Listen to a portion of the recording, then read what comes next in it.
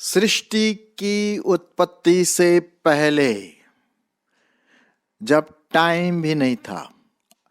अब ये जो बात मैं आपके सामने रख रहा हूँ, शायद हमारे दिमाग में ये बात ना आए। अब जैसे कि हम जनरली प्रश्न पूछते हैं कि भाई इस दुनिया का आरंभ कब हुआ, शुरुआत कब हुई। कुछ लोग बोलते हैं कि 4 billion years back, 4 billion years पहले, या 14 खरब साल पहले।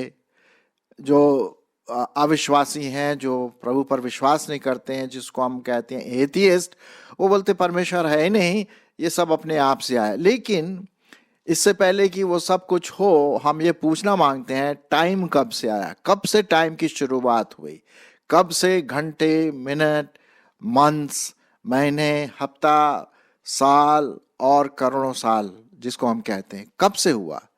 ये बहुत मिस्टीरियस है, भेद वाली बात है।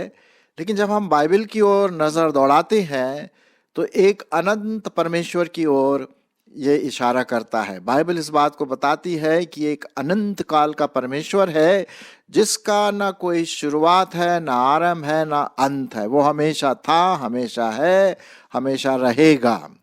और उसी ने इस दुनिया की सृष्टि की, इस दुनिया को आरंभ किया, जिसके बारे में हम पढ़ते हैं उत्पत्ति की किताब में, स्पेशली 1 से 3 अध्याय के बीच में, कि किस प्रकार से परमेश्वर ने इस सृष्टि की रचना की और उसके बाद आदम और हवा को बनाया और कैसे हम सब पाप में गिर गए।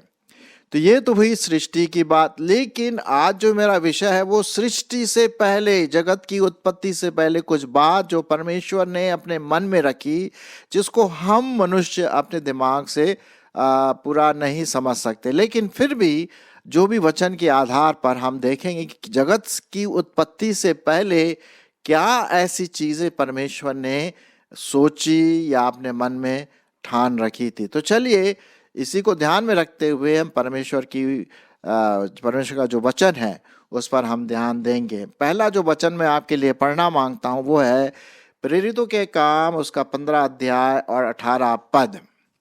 यहाँ इस प्रकार से लिखा हुआ, ये वही प्रभु कहता है जो जगत की उत्पत्ति से इन बातों का समाचार देता आया है। किन बातों का समाचार देता आया है? प्रभु यीशु मसीह के बारे में, उद्धार के बारे में, प्रभु यीशु मसीह के बलिदान के बारे में, अनंत जीवन के बारे में, पवित्र जीवन के बारे में। ये समाचार उत्पत्ति से पहले, सृष्टि होने से पहले ही, टाइम से पहले ही उसने अपने मन में रखा था। जैसे कि आप यहाँ पर देख रहे हैं स्लाइड में, पिक्चर में, कि एक प्रकार का सृष्टि है और जितने भी मिल्की वे है और स्पाइरल गैलेक्सीज हैं, हमारा जगत है, दुनिया है, अर्थ, स्टार, मून, और ये सब इससे पहले, बहुत पहले, जिसको हम मन में नहीं समझ सकते हैं, परमेश्वर ने अपने मन में ठान रखी थी। और इसी को ध्यान में रखते हुए हम देखते हैं कि प्रभु यीशु मसीह प्री ऑर्डेन था, या पहले से ही, उस सृष्टि के पहले से ही वो था और है और रहेगा। कभी कभी हम सोचते हैं ना कि यीशु मसीह का जन्म भाई 25 दिसंबर को हुआ, क्रिसमस के दिन हुआ, और शुरुआत वहाँ शुरुआत नहीं है। वो तो मनुष्य बना, परमेश्वर मनुष्य बना क्रिसमस के दिन। लेकिन जो यथार्थ में जो परमेश्वर है, प्रभु यीशु मसीह है, वो सृष्टि से पहले ही था। चलिए मैं आपके लिए कुछ पदों को पढ़ना मांगता हूं। पहला पत्रस, उसका 1 अध्याय और 20 पद।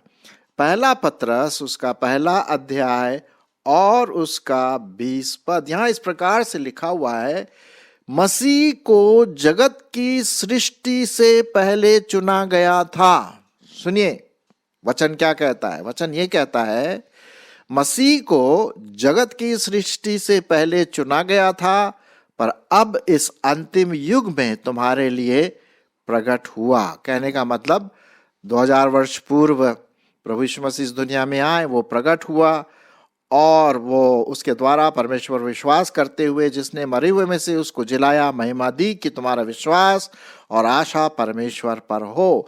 ये सृष्टि से पहले ही परमेश्वर ने अपने मन में ठान लिया था। चलिए मैं और पदों को आपके लिए पढ़ूंगा। पाया जाता है प्रभु यीशु मसीह के बारे में, और वो है यूहन्ना उसका 17 और 24 पद। यूहन्ना उसका 17 अध्याय और उसका 24 पद। यहाँ इस प्रकार से लिखा हुआ है, हे पिता, मैं चाहता हूं कि जिन्हें तूने मुझे दिया है, जहां मैं हूं वहां वे भी मेरे साथ हों, कि वे मेरी उस महिमा को देखें जो तूने मुझे दी, क्योंकि तूने जगत की उत्पत्ति से पहले मुझसे प्रेम रखा। सुनिए, त्रिएक परमेश्वर का जो द्वितीय व्यक्तित्व है वो है प्रभु यीशु मसीह, पिता, पुत्र और पवित्र आत्मा। तो प्रभु यीशु मसीह कहते हैं कि जगत की उत्पत्ति से पहले, सृष्टि की उत्पत्ति से पहले प्रभु था, और प्रभु परमेश्वर पिता उससे प्रेम करता था एक लौते पुत्र के समान। ठीक है, तो ये बात यहाँ पर हम देखते हैं। तो यीशु मसीह आए इस दुनिया में, उन्होंने पैराबल्स के द्वारा या दृष्टांतों के द्वारा बहुत सारी बातें जगत के बारे में बताई, अनंत जीवन के बारे में बताया, पाप के बारे में बताया और स्वर्ग के बारे में बताया, जो उत्पत्ति से, सृष्टि से पहले ही उसने अपने मन में ठान के रखा हुआ था। अब जो दूसरी बात हम यहाँ पर देखते हैं कि परमेश्वर का जो उद्धार का कार्य है वो भी सृष्टि से पहले था।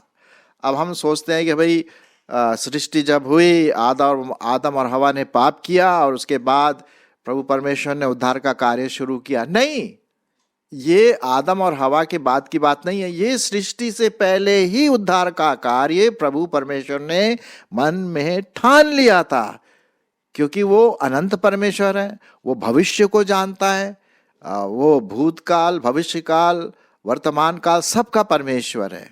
ठीक है, तो वो उद्धार का कार्य पहले शुरुआत से ही अपने मन में ठान लिया था। इससे पहले कि सृष्टि वो बनाए, उसके मन में उद्धार का कार्य था।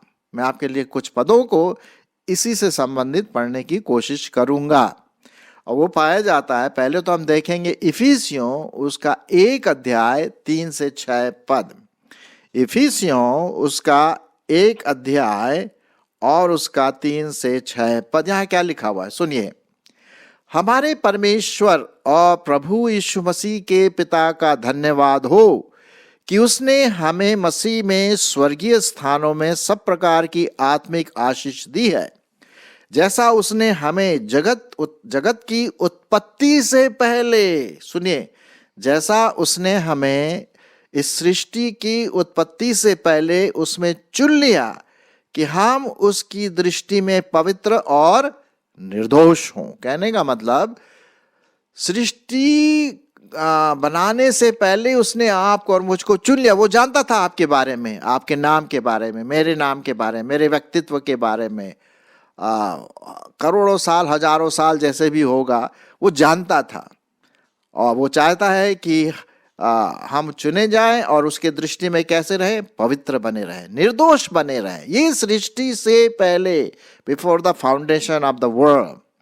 और प्रेम में उसने अपनी इच्छा के भले अभिप्राय के अनुसार हमें अपने लिए पहले से ही ठहराया कि यीशु मसीह के द्वारा हम उसके लेपालक पुत्र हों, कि उसके उस अनुग्रह की महिमा की स्तुति हो जिसे उसने अपने प्रिय पुत्र के द्वारा सेंत मेंत में दिया है। मेरे प्रियो, आशा आप समझ रहे हैं। मेरा ये कहने का मतलब है कि उद्धार का कार्य उत्पत्ति के बाद से नहीं हुआ, उत्पत्ति की किताब, सृष्टि के बाद से नहीं। वो सब जानता था कि ये पाप में गिरेंगे, तो उसने पहले से ठान लिया था कि उद्धार होगा और ये लोग प्रभु के पास आएंगे और अनंत जीवन के वारिस होंगे। ऐसा उसने पहले से ही ठान लिया था। चलिए इसी से संबंधित और पदों को मैं आपके सामने पढ़ना मांगता हूं। पाया जाता है मत्ती उसका 25 अध्याय 34 पद। मत्ती उसका 25 अध्याय और उसका 34 पद। तब राजा अपनी दाहिनी ओर वालों से कहेगा, हे मेरे पिता के धन्य लोगों, आओ उस राज्य के अधिकारी हो जाओ जो जगत के उत्पत्ति से तुम्हारे लिए तैयार किया गया है। क्या बात है। हाँ, देखिए, ये परमेश्वर का वचन है। जगत की उत्पत्ति से पहले ही तुम्हारे लिए तैयार किया गया है। तो बोल रहा है मेरे पिता के धन्य लोग। कौन धन्य है भाई? वे जो प्रभु यीशु मसीह पर विश्वास करते हैं, प्रभु को अपना उद्धारकर्ता माने हैं, जिनका नया जन्म हुआ है, जिन्होंने अपने पापों से माफी मांगी है, पश्चाताप किया, प्रभु के बेटे, वे लोग धन्य हैं। अगर आप इसमें शामिल हैं तो बड़ी धन्य वाली बात है। भाई मैं तो इसमें शामिल हूं और यही बात मैं आपको बता रहा हूं, ठीक है। तो उसने कहा, हे मेरे पिता के धन्य लोगों, आओ उस राज्य के अधिकारी हो जाओ जो जगत की आदि से, उत्पत्ति से पहले तुम्हारे लिए क्या हो गया था? तैयार किया गया था। चलिए और आगे और इन बातों को पढ़ते हैं। पाया जाता है इब्रानियों उसका 4 अध्याय 3 से 5 पद। इब्रानियों उसका 4 अध्याय 3 से 5 पद मैं आपके लिए पढ़ूंगा।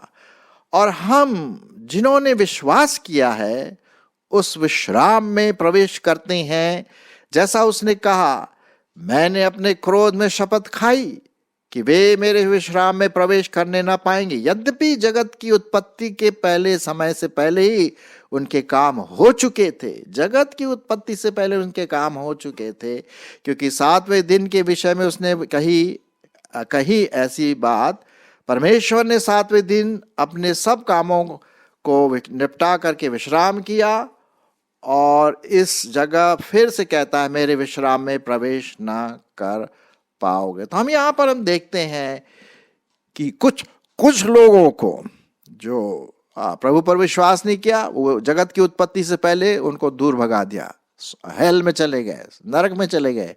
हाँ, क्योंकि उसे पता था कि ये लोग विश्वास करेंगे, ये लोग विश्वास नहीं करेंगे। ये तो परमेश्वर को जानता था, क्योंकि वो भविष्य काल का परमेश्वर है, वर्तमान काल का परमेश्वर है, भूतकाल का परमेश्वर है। चलिए और आगे पढ़ते। 2 तिमोथी उसका 2 अध्याय और 9 पद। 2 तिमोथी उसका 2 अध्याय और 9 पद। यहाँ इस प्रकार से लिखा हुआ है, परमेश्वर का वचन बहुत साफ रीति से लिखा रहता है। प्रकाशित वाक्य उसका 13 अध्याय 8 पद। प्रकाशित वाक्य उसका 13 अध्याय 8 पद मैं आपके लिए यहाँ पर पढ़ूंगा। प्रकाशित वाक्य जो है वो बाइबल की आखिरी किताब है और वहाँ पर लिखा हुआ है, पृथ्वी के वे सब रहने वाले जिनके नाम उस मेमने की जीवन की पुस्तक में लिखे नहीं गए हैं, जो जगत की उत्पत्ति के समय से घात हुआ है, उस पशु की पूजा करेंगे। जगत की उत्पत्ति से पहले उनके नाम जो जीवन की पुस्तक में नहीं लिखे गए हैं, वे अनंत आग में डाले गए हैं। जी हाँ, जगत की उत्पत्ति, सृष्टि की उत्पत्ति से पहले परमेश्वर जानता था कि ये लोग हैं जो मुझ पर विश्वास करेंगे या ये लोग हैं जो मुझ पर विश्वास नहीं करेंगे। एक और पद मैं आपके लिए पढ़ना मांगता हूँ। इफिसियों की पत्री उसका 2 अध्याय और 10 पद। इफिसियों उसका 2 अध्याय और उसका 10वां पद। क्योंकि हम परमेश्वर की रचना हैं, क्योंकि हम परमेश्वर की रचना हैं और मसीह यीशु में उन भले कामों के लिए सृजे गए हैं जिन्हें परमेश्वर ने पहले से ही हमारे लिए तैयार करके रखा हुआ है। पहले से ही मतलब जगत की उत्पत्ति से पहले, सृष्टि की उत्पत्ति से पहले ही वो आपके बारे में, मेरे बारे में जानता है और हम उसकी जो रचना है वो अपनी महिमा के लिए इसलिए किया कि हम अच्छे भले कामों में आगे बढ़ें और सृजें। तो प्रियो, ये मैं आपको बताना मांग रहा था शुरुआत से कि सृष्टि से पहले ये बातें परमेश्वर हमें बताना मांगता था कि वो सृष्टि से पहले था और उसके जीवन में नहीं बोलूंगा, सृष्टि के होने से पहले परमेश्वर उद्धार का कार्य जानता था। प्रभु यीशु मसीह को उसको भेजने का कार्य था उद्धार के लिए और वो मनुष्य बन के आया। फिर सृष्टि से पहले उसने उद्धार का काम शुरू किया और सृष्टि से पहले ही उसने हमारे नाम जीवन की पुस्तक में लिखे। तो आपका और मेरा कर्तव्य क्या होता है? जब परमेश्वर ने आपको और मुझको सृष्टि से पहले ही चुन लिया है तो कितने गर्व की बात है, एक अच्छे गर्व की बात है कि हम उसकी आराधना और स्तुति करें।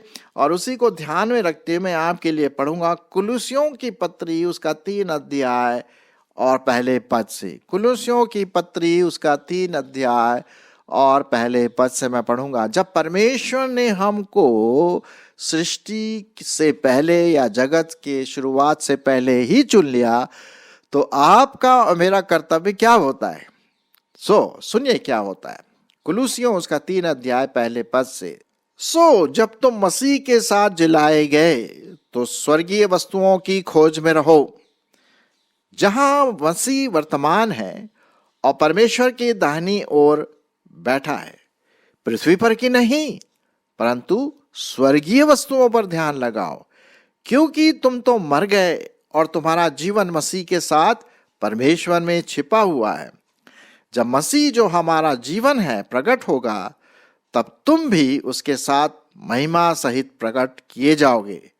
इसलिए अपने उन अंगों को मार डालो जो जगत पर हैं, अर्थात व्यभिचार, अशुद्धता, दुष्कामना, बुरी लालसा और लोभ को जो मूर्ति पूजा के बराबर है। लोभ को जो मूर्ति पूजा के बराबर है। इन्हीं के कारण परमेश्वर का प्रकोप आज्ञा न मानने वालों पर पड़ता है। और तुम भी जब इन बुराइयों में जीवन बिताते थे तो इन्हीं के अनुसार चलते थे, पर अब तुम भी इन सब को अर्थात क्रोध, रोष, बैर भाव, निंदा, मुंह से गालियां बकना, ये बातें छोड़ दो और एक दूसरे से झूठ मत बोलो, क्योंकि तुमने पुराने मनुष्यत्व को उसके कामों के समेत उतार डाला है और नए मनुष्यत्व को पहन लिया है, जो अपने सृजनहार के स्वरूप के अनुसार ज्ञान प्राप्त करने के लिए नया बनता जाता है। तो हमने देखा कि किस प्रकार से आपको और मुझको परमेश्वर के लिए पवित्र जीवन बिताना है, क्योंकि परमेश्वर ने आपको मुझको सृष्टि के बनने से पहले चुन लिया, हमें अपना बेटा और बेटी बनाया। तो ये हमारा कर्तव्य होता है कि हम उस पवित्र कार्य में, अच्छे कामों में अपने आप को आगे बढ़ाएं। तो है ना खुशी की बात है? टाइम की शुरुआत से पहले ही परमेश्वर ने आपको और मुझको चुन लिया उद्धार के लिए। परमेश्वर का धन्यवाद हो इस सुंदर समय के लिए कि वो हमें अनंत जीवन देता है। यही बात आप दूसरों को भी बता सकते हैं। आइए हम अपने जीवन को पवित्र आत्मा के आधार में उसकी महिमा के साथ, उसके कंट्रोल में होकर के, उसमें पवित्र आत्मा में नियंत्रित होकर के अपना मसीह जीवन प्रभु के महिमा के लिए बिताएं और दूसरों को भी इस गुड न्यूज़ जो शुभ संदेश है दूसरों को सुनाएं। धन्यवाद।